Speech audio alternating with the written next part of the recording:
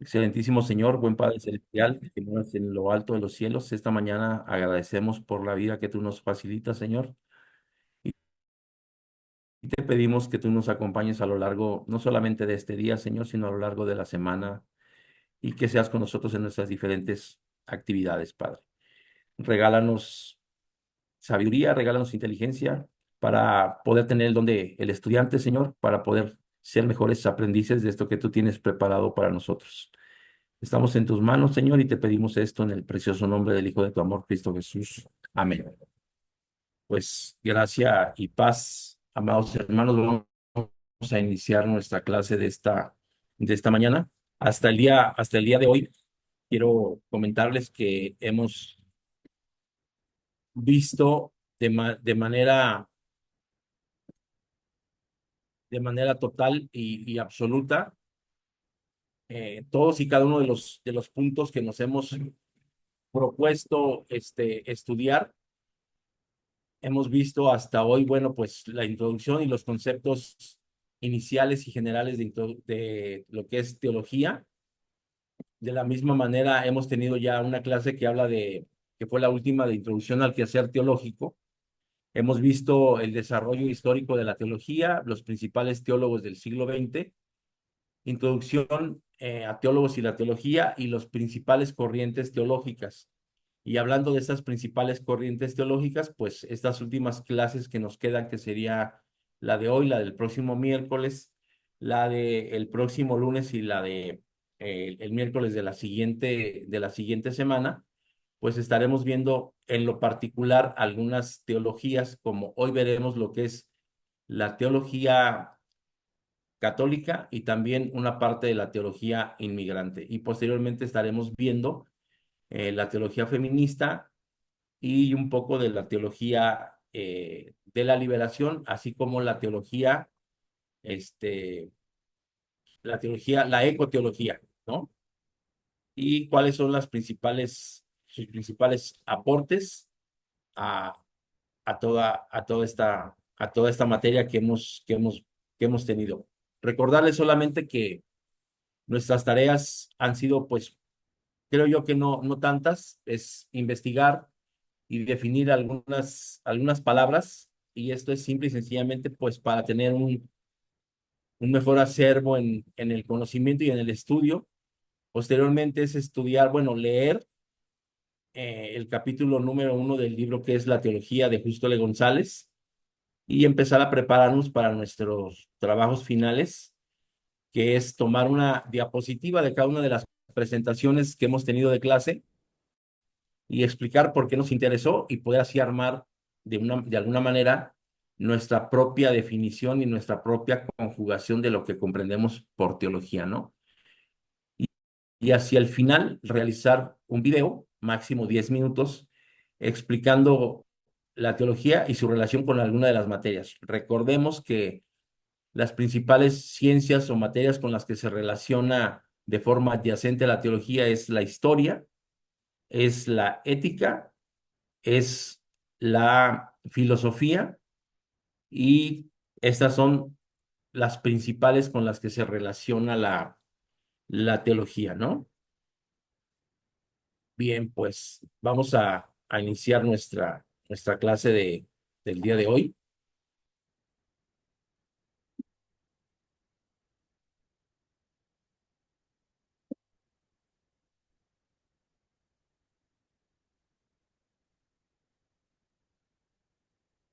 Y pues tiene que ver con explorar los fundamentos de la teología católica. Miraba en la semana a un sacerdote jesuita de apellido Loring, y este hombre dice que ¿por qué tenemos que creer? Digo, habla en términos católicos, ¿y por qué tenemos que sustentar bien nuestra fe? Y entonces él decía y reflexionaba, porque los católicos generalmente dice que cualquier oleada de algún nuevo evangelio, de alguna corriente que tiene que ver con los testigos de Jehová o con cualquier otra denominación, llegan y le platican del evangelio al católico y este cambia. Y entonces él propone que el católico o hacia el interior de la Iglesia católica, pues la gente tiene que tener bien fincada su fe basada en dos cosas: razón y fe. Y dice, ¿qué es la razón? Y dice, darte cuenta que por naturaleza propia, Dios está implícito en la creación. Es imposible que tú veas que el ser humano puede crear un robot para hacer distintas labores, ¿no? Por ejemplo, automatizar los procesos de alguna planta de producción, eh, varias cosas, dice, y que no te des cuenta que tú superas a ese robot o a ese brazo automatizado o a ese brazo que proviene de la robótica, ¿no? Que no tiene vida propia. Dice, pero date cuenta cómo ahí tuvo que existir el pensamiento y el desarrollo tecnológico. Y eso solamente lo puede dar alguien y ese alguien se le llama Dios. Entonces, creer que nuestra fe y la razón no están peleados. Y él le dice a la razón ciencia, pero habla de una ciencia que no tiene que ser cualquier ciencia, es decir, no vamos a hablar de una ciencia en donde la teoría que confirma la ciencia el día de mañana cambia. No, dice, las leyes de la naturaleza no han cambiado. La historia también confirma muchas cosas de la creación de Dios y de cómo de ahí provenimos. Entonces, date cuenta cómo a través de la historia y a través del devenir de los tiempos, cada vez la teoría, por ejemplo, dice del Big Bang, es menor y es mayor la confirmación de que hay algo superior a nosotros que nos creó, que nos formó y que nos hizo. Entonces, él invita desde la teología católica a tener bien fundada y bien basada su fe. Entonces, de lo que yo te quiero hablar hoy es precisamente de los fundamentos de la teología católica. ¿Y por qué te voy a hablar de primero de los fundamentos de la teología católica? Pues bueno, tenemos que recordar nosotros que posterior al edicto de Milán, hacia el año 313 aproximadamente, Constantino emite un edicto de Milán y esto da libertad de culto, es decir, se acaba la persecución a los judíos y entonces empieza una libertad de culto para las diferentes denominaciones que en ese tiempo se había, pero principalmente se acaba la persecución hacia los nuevos, bueno, hacia el cristianismo, ¿no? Que recordemos que por primera vez en Antioquía se les empezó a llamar así, a los seguidores de Cristo se les empezó a llamar cristianos, y ahí empezó una gran persecución a causa de ellos, ¿no? Hasta incluso llegarles a acusar de que habían quemado la ciudad de Roma. Entonces los cristianos fueron objeto de muchas persecuciones, de muchas culpas, eh, incluso fueron expulsados de Jerusalén, ¿no? Y posteriormente de haber sido expulsados y tener prohibido los mismos judíos regresar a su ciudad natal, incluso a Jerusalén se le cambió el nombre por Elia Capitolina, y entonces Adriano fue quien hizo esto. Él expulsa a los judíos, a los israelitas de Jerusalén, y entonces ahora hay una dispersión y por todo el orbe ellos empiezan a celebrar desde sus creencias, desde su forma de creer y de pensar, y había tres cosas que los caracterizaban. Ahora ya en esta nueva forma de creer, que era celebrar la cena, a lo que los católicos le llaman Eucaristía, bautizar a la gente para remisión de sus pecados, pero que la Iglesia Católica con el paso del tiempo empezó a bautizar infantes, y la otra, eh, guardar el sábado. Entonces, esos eran símbolos judíos que estaban mezclados en el cristianismo o que estaban impuestos en el cristianismo. Nosotros tenemos que recordar que el judaísmo es la base del cristianismo y del islam, ¿no? Estas tres grandes religiones que gobiernan, vamos a decir, el mundo espiritual, las dos que acabo de mencionar al final, islamismo y cristianismo, provienen del judaísmo, ¿no? el judaísmo es la base histórica para que se conforme el cristianismo y para que se conforme el islamismo, ¿no? Entonces, para ese tiempo del primer y segundo siglo, empiezan a ser perseguidos los judíos y la gente no quiere saber nada, nada, nada de tradiciones judías. Es decir, la gente empieza a dejar de guardar y niega el sábado. La gente no defiende que se bauticen gente en pleno uso de sus facultades para decir, sí soy pecador, sí me rindo a Cristo Jesús, sí quiero que sea mi redentor.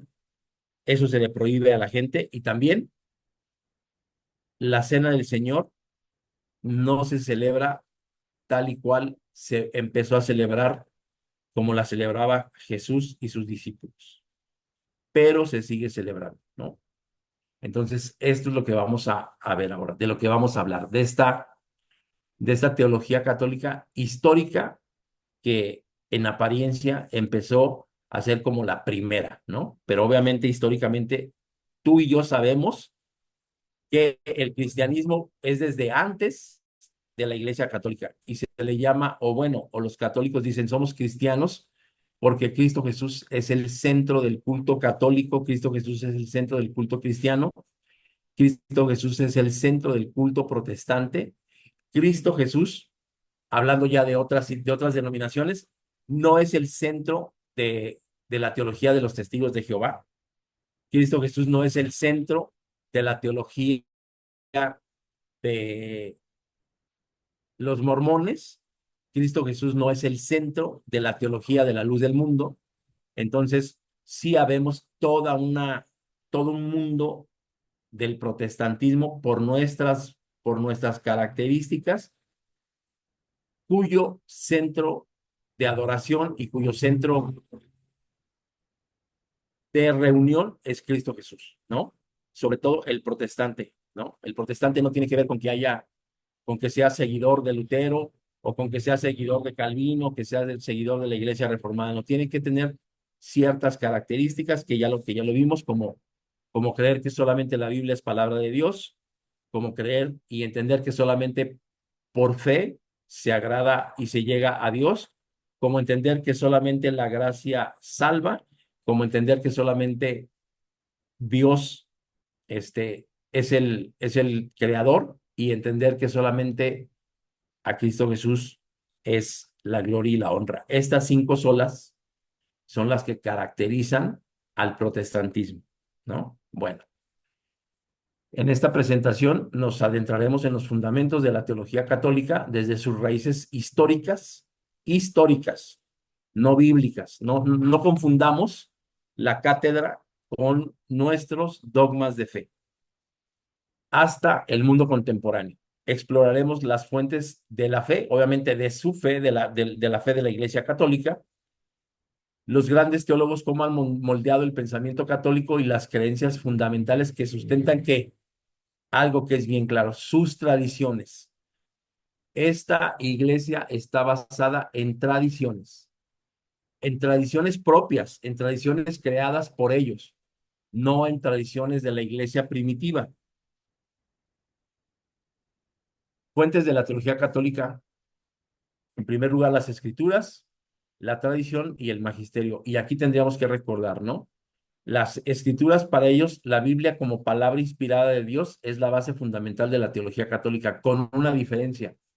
La Biblia que tenemos nosotros o todo el mundo protestante es diferente a la Biblia católica, ¿no? Hay algunos libros que tiene la Iglesia Católica que la Biblia protestante o que el protestantismo no tiene incluidos como canónigos en nuestra Biblia, ¿no? Tobías, Macabeos, Eclesiástico, ese tipo de libros que nosotros le conocemos como deuterocanónigos o apócrifos, que no tienen nada que ver con falsos, que no tienen nada que ver con no inspirados. Simple y sencillamente esos libros no pasaron el canon, ¿no? Simple y sencillamente esos libros se conocen y por ser libros que no pasaron el canon, pues hoy sabemos de ellos, hoy sabemos que pueden aportar mucho, eh, hablando de historicidad, hablando de que tienen tal vez sustento como el resto de los otros libros, pero esos libros, según la patrística, esos libros no pasaron el canon, ¿no? Es decir, no pasaron la vara que tenían que cumplir para ser parte de la Biblia, ¿no? Y entonces esos libros fueron escondidos. Y apócrifo tiene que ver más con esa acepción de escondidos que con falsos o que con contradictorios, porque generalmente nosotros tenemos ese pensamiento, ¿no? Entonces, nosotros hoy podríamos tener un área de oportunidad yendo al diccionario enciclopédico y ver qué significa apócrifo, qué significa deuterocanónico.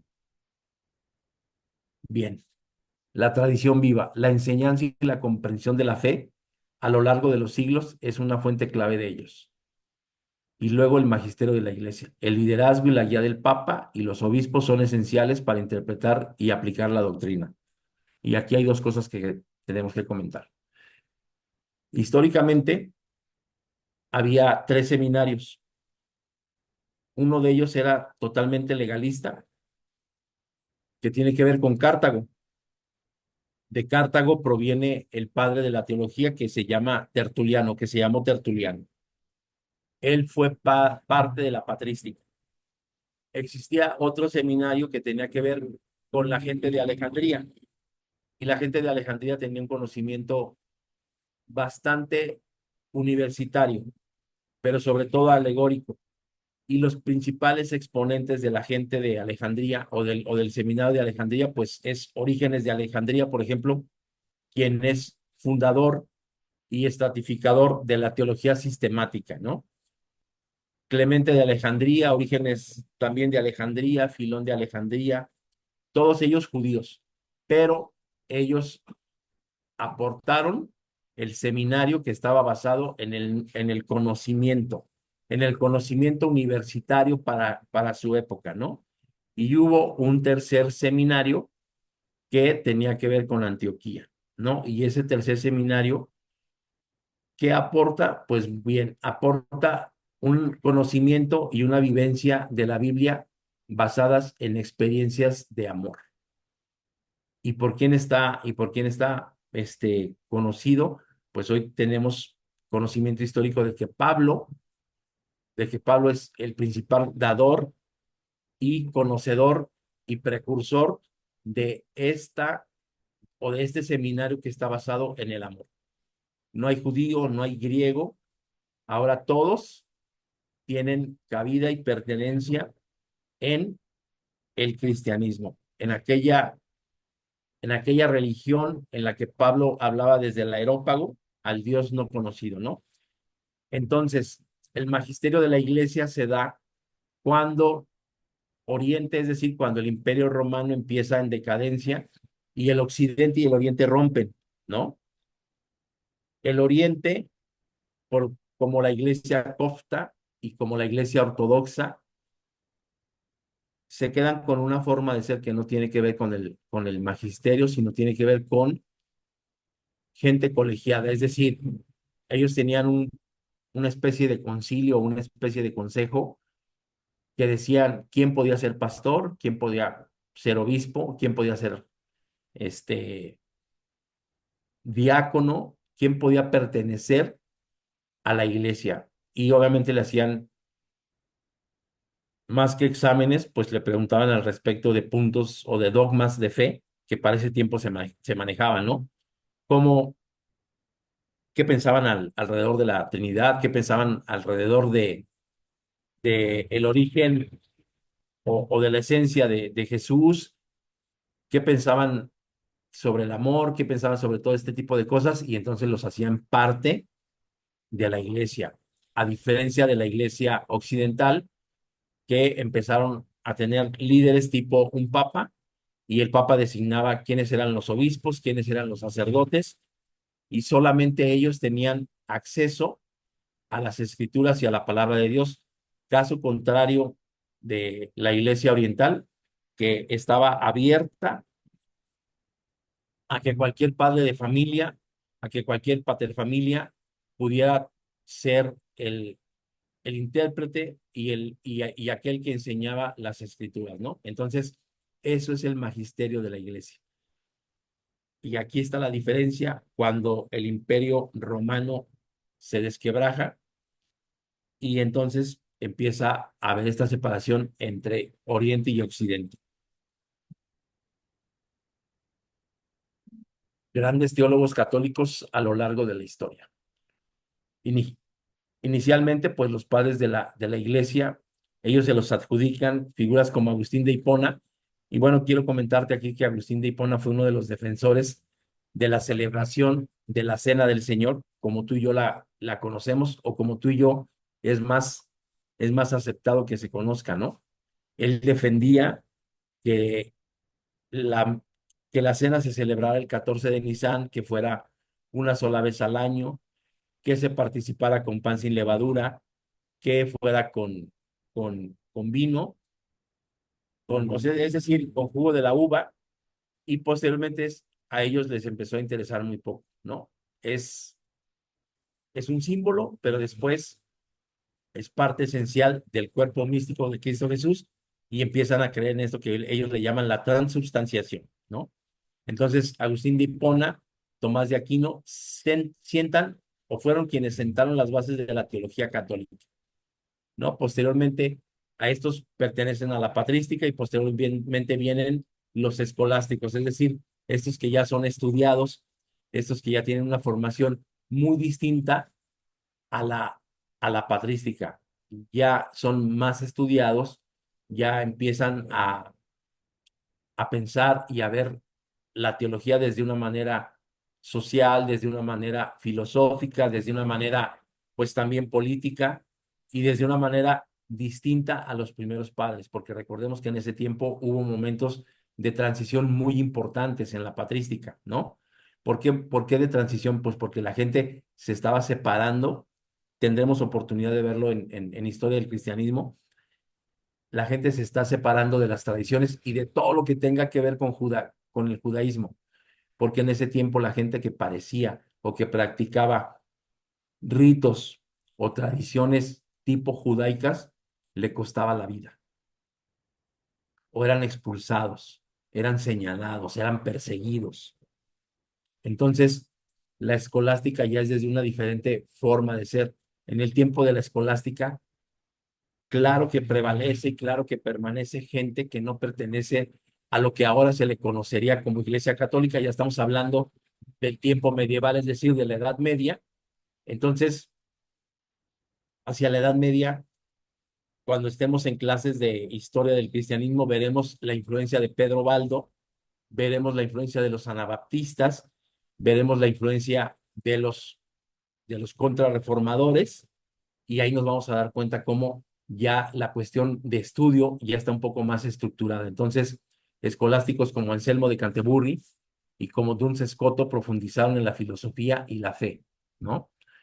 Teólogos modernos, es decir, gente de 1500 en adelante, 1550 en adelante, como Karl Rahner, como Hans Urs von Balthasar, han adoptado teología a los desafíos actuales. Es decir, la teología que vive hoy la Iglesia Católica tiene que ver más con lo que nosotros llamamos teologías contemporáneas, que nacen posteriormente a la Segunda Guerra Mundial y que se fundan en dar respuesta a los problemas sociales, pero sobre todo basados en las culturas en donde se está desarrollando o donde se necesita esta teología, ¿no? Acá tenemos que recordar nosotros que la Iglesia Católica se originó en el siglo I después de Cristo, en tiempos judío-romanos, a partir de las enseñanzas de Jesús de Nazaret. Según la tradición de la Iglesia, Cristo Jesús fue su fundador. Yo te comento que la fundación de la Iglesia Católica se da hacia el 313 después de Cristo, ¿no? Hablando de la Iglesia cristiana, Cristo Jesús es el fundador, pero no es el fundador de la Iglesia Católica. Estamos hablando de historia. E históricamente para la Iglesia Católica, Cristo Jesús es el fundador de esta iglesia.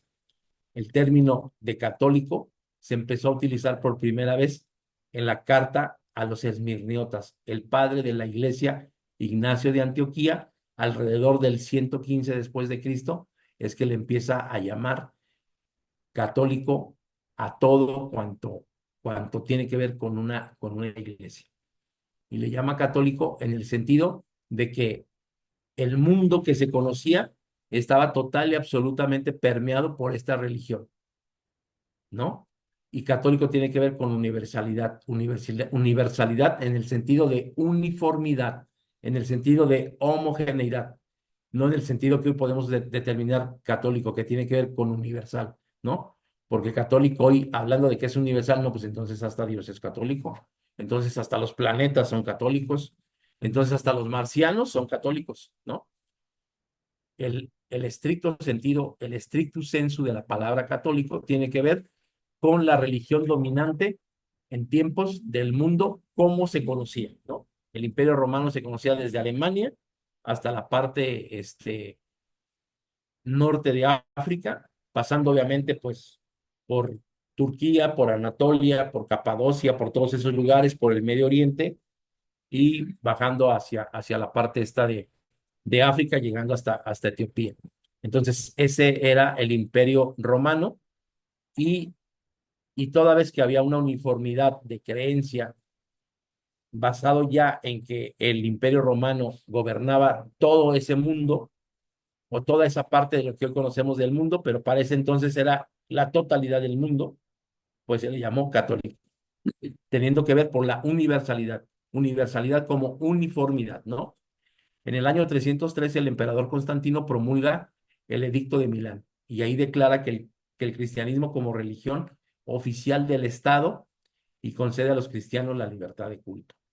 Pero obviamente ahí nos vamos a dar cuenta que la historia sigue persiguiendo a la gente que tiene celebración, como para ese tiempo los anabaptistas que celebran bautizos con gente adulta, que celebran el 14 de Nisan cada año y que además observan el sábado como día de reposo, ¿no? Nos vamos a dar cuenta cómo históricamente en algún momento de la vida, en algún momento del devenir de esta historia, el ser humano guardaba el sábado en domingo y el domingo se observaba como si fuese un sábado. Era tal y de tal manera y tan específicamente el peso de la observancia del sábado que ellos lo guardaban en domingo. Fue de tal manera que se defendía el sábado que históricamente a los guardadores del sábado los expulsan de Inglaterra para venir al Nuevo Mundo a practicar su religión como ellos quieran. Entonces, estamos hablando de puntos neurálgicos, de debates teológicos que se dieron a lo largo de la historia en esta tierra que nosotros actualmente habitamos. Doc- Doctrina católica, creencias fundamentales, pues ellos creen en la Trinidad y le dicen Santísima Trinidad, esta creencia que es un Dios único en tres personas, el Padre, el Hijo y el Espíritu Santo, ¿no? En la encarnación y la redención, es decir, ellos tienen la creencia de que Jesús es hijo de Dios hecho hombre, que murió y resucitó para salvarnos. Creen en la vida eterna, la creencia en la vida después de la muerte y en la resurrección final. Ellos creen en gracia y virtudes, la creencia en que Dios nos otorga su gracia y nos llama a vivir de acuerdo a las virtudes. Pero obviamente ellos tienen muy apegada esta tradición de las indulgencias y este tipo de cosas, de cumplir mandas, de mandar hacer y decir misas en favor de los muertos y de todo este tipo de cosas que chocan mucho en contra de la creencia que tú y yo tenemos, ¿no?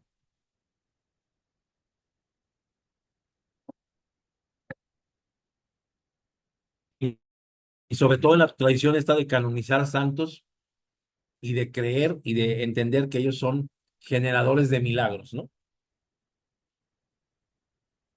Sacramentos y liturgia en la Iglesia Católica. Ellos creen en el bautismo, pero lo hacen por aspersión, no lo hacen por inmersión como nosotros. De hecho, baptos significa inmersión, no significa salpicón, ¿no? Eucaristía es la manera de llamarle a la cena del Señor y para ellos es un sacramento central de la fe católica, ¿no? Yo les comentaba, nunca he sido católico. Mis primeros años no recuerdo yo haber ido a la iglesia católica, aunque mis padres, originalmente provienen de esa fe. Entonces yo no sé si la Eucaristía se celebra solamente cada 8 días o si la Eucaristía se celebra diario, no lo sé, pero ahí hay una gran diferencia, ¿no? El 14 de Nisan para nosotros implica solemnidad, implica acercarnos los votos con nuestro Redentor y con nuestro Salvador, y para ellos es una tradición normal, eh, diaria, ¿no? O que lo de cada 8 días, yo ahí lo desconozco. Reconciliación tiene que ver con el sacramento del perdón y la sanación espiritual, ¿no? Al final de la misa, voltean y dicen, dense la paz. Y bueno, voltearse y dar la paz o desearle la paz a alguien que tú no conoces, pues es como extenderle perdón, es como tener comunión con aquella persona, ¿no? El matrimonio sería otro de los sacramentos en el que ellos creen y pues esto consagra la unión matrimonial, ¿no? Y recordemos que esto pues es un mandato divino, ¿no? Además, moral y ética en la teología católica. La moral natural está basada en principios éticos de la razón y de la ley de la naturaleza. La moral revelada, principios éticos basados en la palabra de Dios y la enseñanza de la iglesia. Virtudes teologales, fe, esperanza y caridad que orientan al cristiano hacia Dios. Desafíos contemporáneos para la teología católica, pues la secularización, la creciente indiferencia y alejamiento de la fe de las sociedades modernas. Otro desafío que tienen ellos es el pluralismo religioso, la necesidad de dialogar con otras tradiciones y comprender su riqueza, y las cuestiones bioéticas, los avances científicos que plantean nuevos dilemas éticos que la teología debe de abordar. Y aquí quiero hacer un stop y comentarte que hacia el interior de la Iglesia Católica, pues hay varias ramas o varias divisiones que se han dado históricamente, ¿no? La primera, pues, es la Iglesia de Oriente, que se separa de la Iglesia de Occidente y nace la Iglesia Ortodoxa. Posteriormente, en Inglaterra hay una separación de la Iglesia Católica con un problema con el Papa por no querer hacer caso de quien era rey o emperador en ese tiempo del Imperio británico, y hay una separación y nace la Iglesia Anglicana, ¿no? Entonces, esas ramas de la Iglesia Católica como tal están separadas. Y hacia el interior de la Iglesia Católica hay muchas facciones, ¿no? Los jesuitas, el Opus Dei, los franciscanos, los dominicos, y todos y cada uno de ellos, a pesar de ser católicos, tienen diferente pensamiento. Por ejemplo, los dominicos son excelentes predicadores. Los franciscanos son generadores de obras de caridad, hospitales, escuelas, todo este tipo de cuestiones que tienen que ver con mirar al desvalido, ¿no? Hospitales para pobres, escuelas para para gente con menos posibilidades, como también tienen escuelas muy fuertes, y los jesuitas que hacia el interior de la Iglesia Católica, pues son como como la parte pensante, como la parte, vamos a llamarle la parte protestante de la Iglesia Católica, ¿no?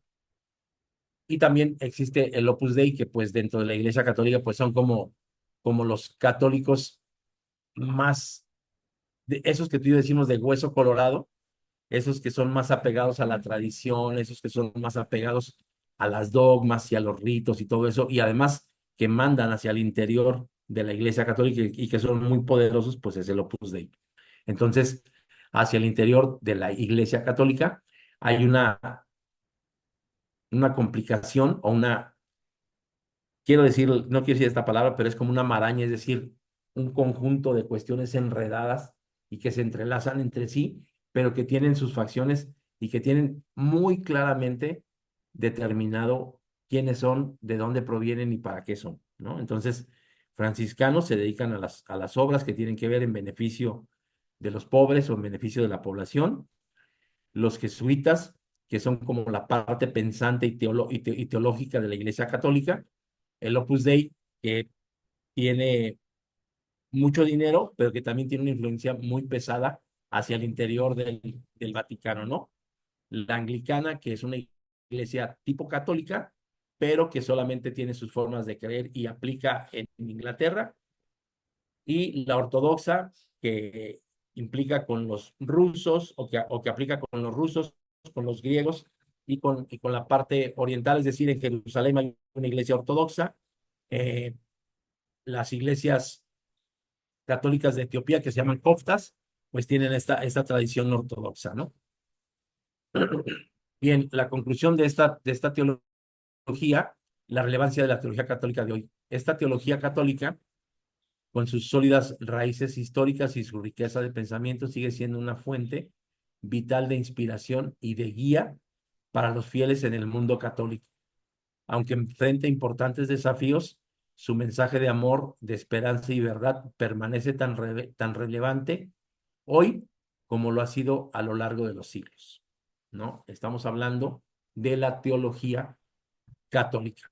¿Cómo la conforman? ¿Quiénes son sus principales pensadores? ¿Cuáles son sus principales características? ¿Qué creen? ¿Cómo se creen?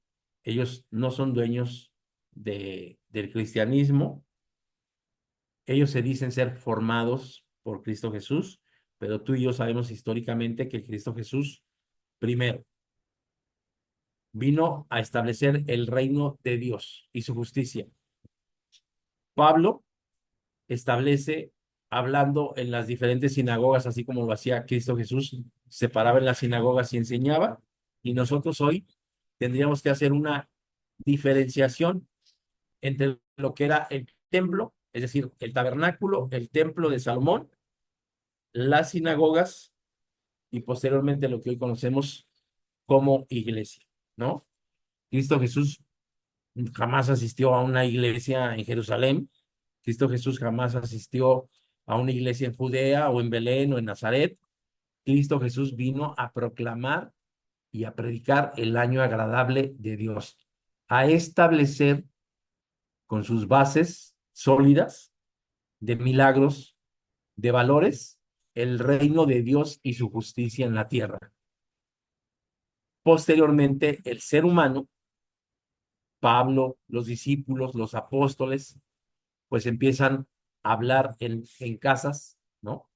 Empiezan a predicar la palabra de Dios revelada por Cristo Jesús en las diferentes casas, en los diferentes hogares de los paterfamilias. En aquel tiempo un paterfamiliar era una persona muy rica, era una persona que estaba al frente de familias, ¿no?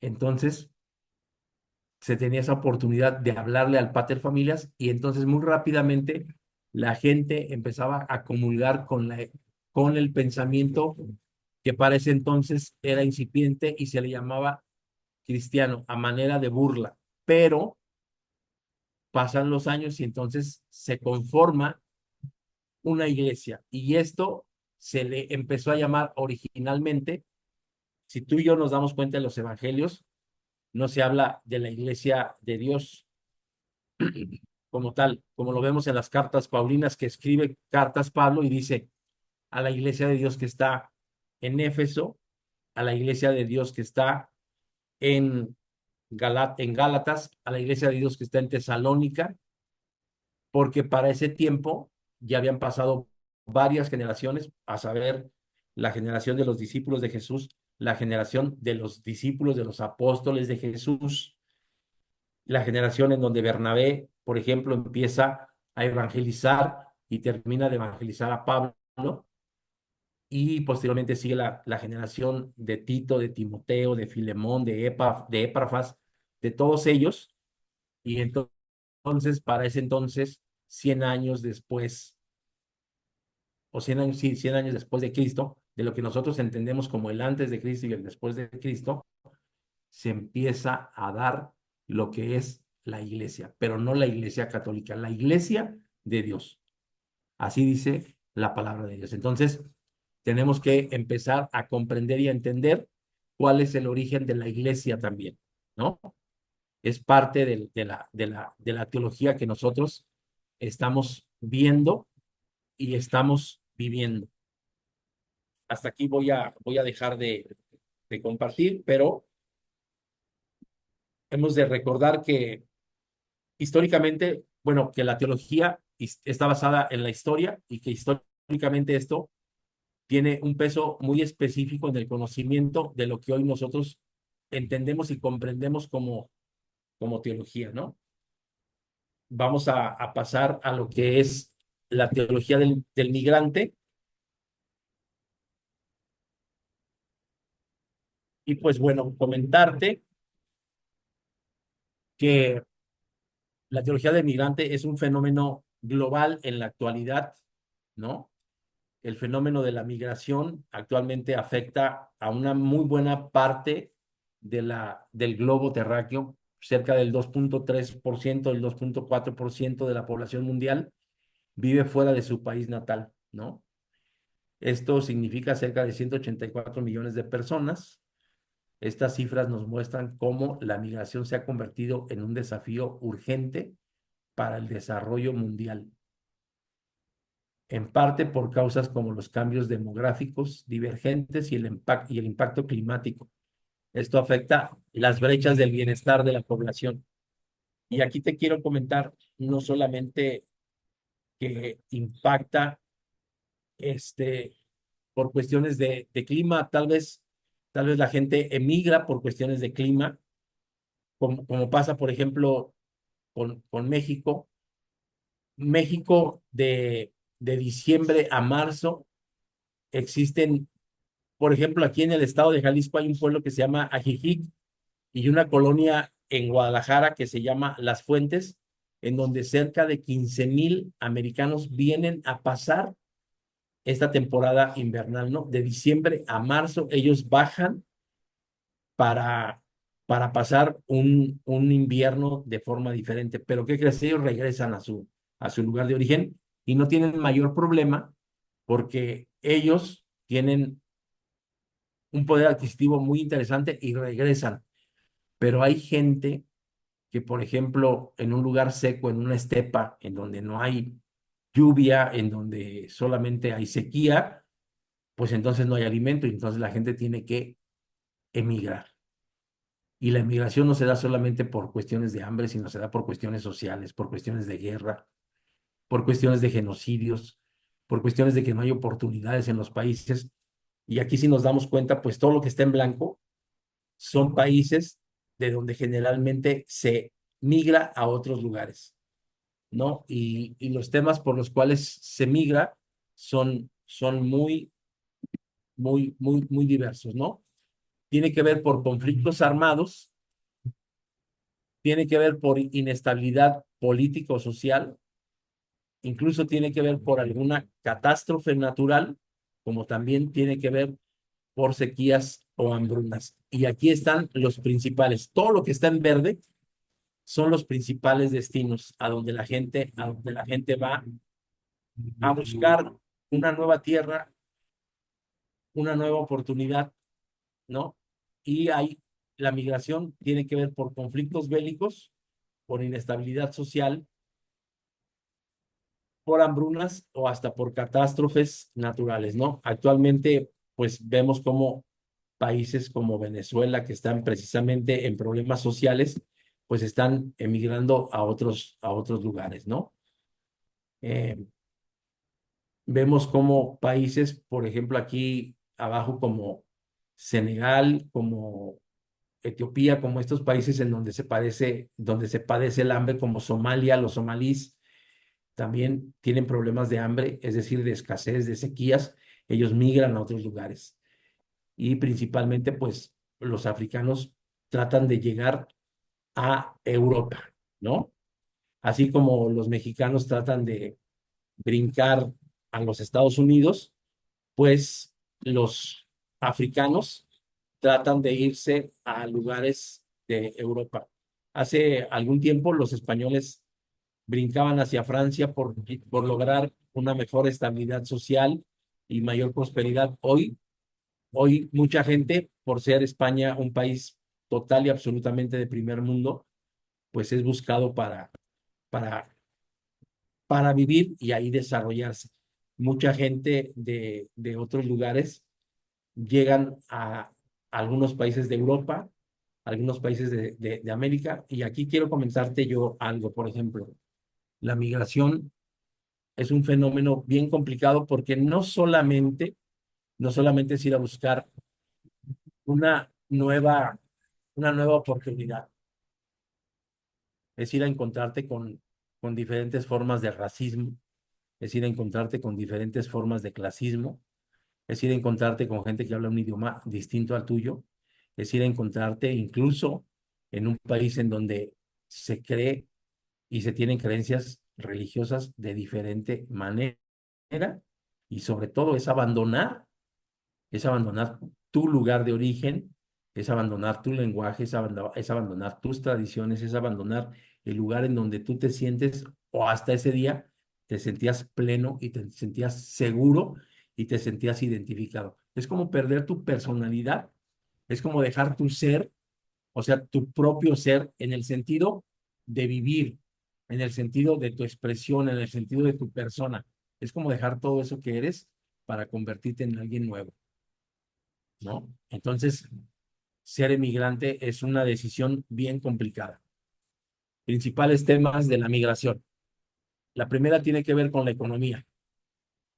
Factores económicos como la búsqueda de oportunidades económicas es una de las principales razones para la migración. Muchas personas de países en desarrollo, por ejemplo, los países más pobres, se ven obligadas a abandonar sus hogares en busca de empleo, mejores salarios en países más prósperos. La falta de empleo, la pobreza y la desigualdad económica son impulsores significativos de la migración económica. Segunda causa o segundo tema importante para la migración, la política. Conflictos políticos, guerras, persecución, conflictos armados y políticos, la violencia, la persecución política, obligan a muchas personas a huir de sus países para proteger sus vidas y la seguridad de sus familias. Generalmente en las naciones más pobres, la lucha por los recursos naturales, la cultura política y la corrupción exacerbada conducen a conflictos armados que colocan en grave riesgo la vida y la seguridad de los ciudadanos del mundo.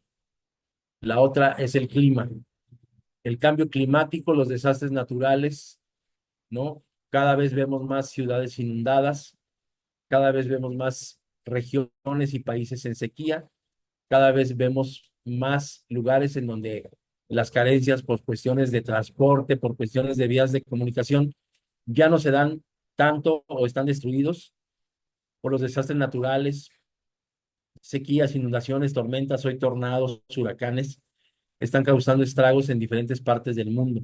Estos eventos obligan a las personas a abandonar sus hogares debido a la destrucción de la infraestructura en donde estaban acostumbrados a vivir, la falta de recursos básicos y la insostenibilidad de la vida en esas áreas afectadas. Aquí en México por eso, perdón, hoy por esto podríamos pensar en un lugar como Acapulco, ¿no? Que hace un tiempo un huracán devasta este puerto turístico o este lugar turístico y actualmente una tormenta tropical o otro huracán viene y le da otro remate en plena reconstrucción. ¿Qué pasará? ¿Qué pasará política y socialmente con la gente de Acapulco? Pues habrá quien se quede a reconstruirlo, habrá quien se quede a vivir las oportunidades que se puedan dar ahí, pero habrá quien esté ya devastado de vivir en un lugar en donde la naturaleza ha causado estragos. Y entonces mucha población de Acapulco, yo espero que no, se va a tener que ir a luchar y a lograr lo que hasta este momento ya no fue posible en ese lugar. Y estoy hablando de Acapulco porque es un punto que yo tengo aquí muy cerca y que está en la República Mexicana, pero hay cientos de lugares que están en este problema, ¿no? Ok. Consecuencias de la migración. Primero, los migrantes, el impacto en los migrantes. Los migrantes a menudo enfrentan una serie de desafíos físicos y emocionales. Ellos pueden experimentar discriminación, explotación laboral, barreras lingüísticas, dificultades para acceder a servicios básicos, así como problemas de integración y adaptación en las nuevas comunidades a las que llegan. El origen, impacto en las comunidades de origen. La migración masiva puede tener un impacto negativo en las comunidades de origen, las cuales se quedan sin un recurso humano calificado, valioso para el desarrollo futuro. La pérdida de mano de obra calificada, el éxodo de jóvenes, la falta de inversión en el desarrollo pueden debilitar la economía y las perspectivas de crecimiento de los países de origen. Esto se aumenta, a su vez, las tasas de pobreza y lleva a que más personas decidan abandonar estas regiones. De esta manera, la migración puede crear vínculos viciosos por medio de la fuga de cerebros y líderes emprendedores. El destino, el impacto en las comunidades de destino. Las comunidades de destino también enfrentan desafíos y beneficios asociados con la migración. La percepción negativa sobre los migrantes y las tensiones por la identidad y en el mercado laboral puede ser una de ellas. Si bien los migrantes pueden contribuir a la economía local, también puede haber tensiones sociales, culturales y económicas, así como la necesidad de brindar servicios y apoyo a los migrantes recién llegados. Muchas personas en las comunidades de destino simplemente no están dispuestas, hay ocasiones, a asumir estos costos y estos desafíos. Entonces, esto hace que aquellas personas se regresen y tal vez en el camino de regreso, pues se puedan quedar en algún lugar, ¿no? Hace poco, varios, varias semanas atrás, conocí una muchacha que me preguntaba un domicilio y hablaba diferente a un mexicano. Entonces yo le pregunté, ¿de dónde vienes? Y me dijo, yo de Venezuela. Y le digo, ¿cuánto tiempo tienes en el país? Y me dice, llegué la semana pasada. Y le dije, ah, ok, ¿cómo llegaste? Y entonces me dijo que se vino a Raite y caminando. Y entonces yo le pregunté, ¿cómo lo hiciste para pasar ese pedazo complicadísimo que hay antes de llegar a Panamá, ¿no? Y me dijo, estuvo muy complicado porque fue caminando, ahí no había raite, ahí fue caminando, y ella estaba muy delgada y me dijo, mira, todavía mi cuerpo está delgado por todo el tiempo que caminé, y sobre todo en esa región. No recuerdo hoy cómo se llama, pero me parece que es una parte selvática, incluso en donde no hay carreteras, en donde es un lugar en donde no hay vías de acceso, pues por carreteras o por brechas o por caminos así rurales. Está muy complicada esa selva o ese lugar en donde se tienen que transitar.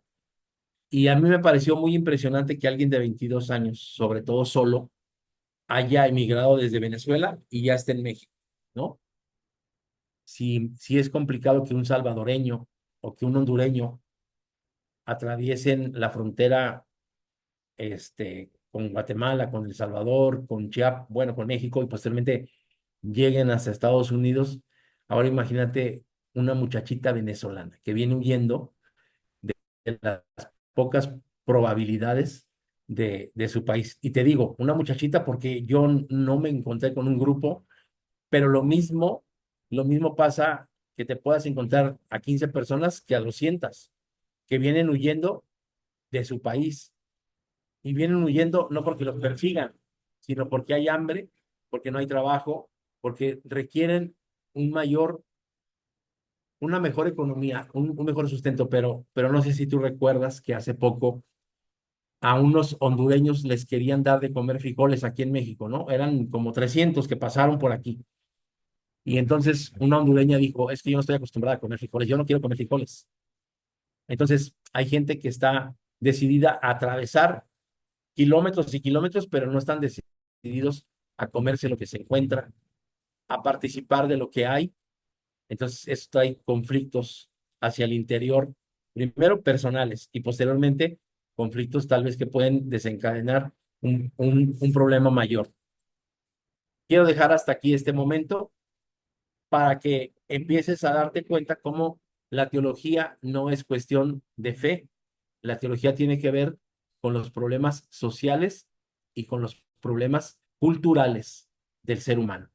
¿Sí? Entonces, te invito a que vayas pensando un poquito más en la migración, porque esto lo vamos a ver desde una problemática, ¿no? La problemática de la migración es amplia, abarcando aspectos sociales, familia, delincuencia, todo ese tipo de cosas, económicos, ¿no?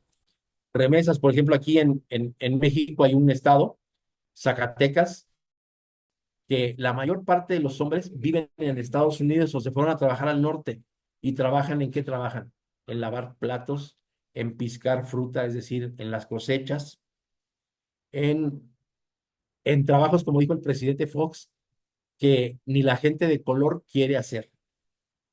Entonces, mucha parte del trabajo que se hace en los Estados Unidos se hace porque los hispanos lo hacen, ¿no? Asimismo, toca a la casi totalidad de países del mundo, en unos casos como expulsores de población, en otros como receptores.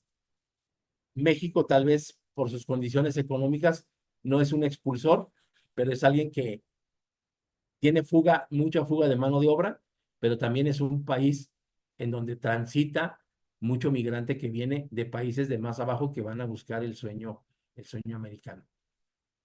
Y hay lugares en alguna parte de San Luis Potosí, en alguna parte del estado de Hidalgo, en donde la gente se dedica a alimentar a estas personas que que van de paso, ¿no? Bien, pues hasta aquí dejamos la clase de este día y el próximo miércoles tenemos una cita para continuar con la teología del migrante. Que tengan un bendecido día. Gracia y paz a todos ustedes.